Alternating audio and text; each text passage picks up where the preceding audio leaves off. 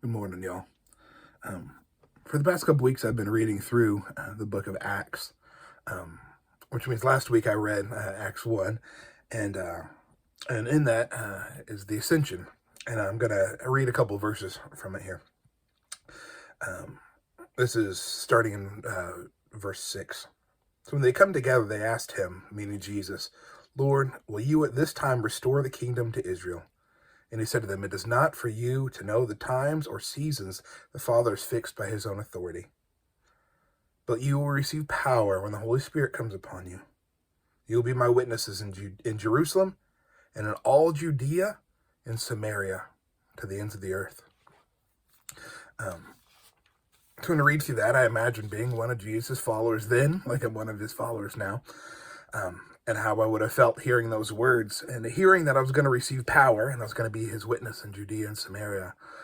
I imagine I would have some expectations of what that would feel like, what that would be. I would be pumped up and have this confidence that he's going to do something cool through me. When you keep reading through Acts, though, it gets pretty rough here for a while. One of his followers, Stephen, gets stoned to death by the high priest. We read that Saul, who ends up, we know, becoming Paul, ends up overseeing his death.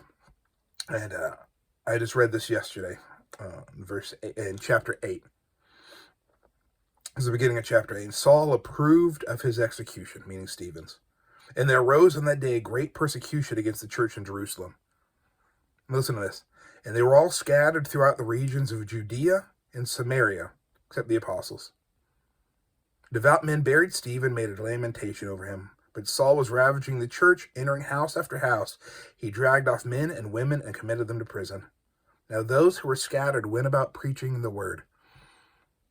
Did you catch that? Chapter 1. You will be my witnesses throughout Judea and Samaria.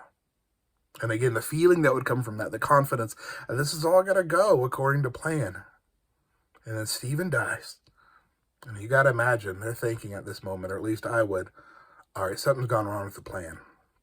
And they look back on it, and they realize that's when we scattered to Judea and Samaria and preached the word.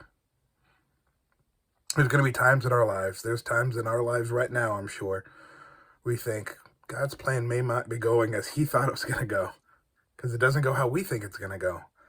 But I want to encourage you that God's got a plan. He has not forgotten about you. He has not forsaken you.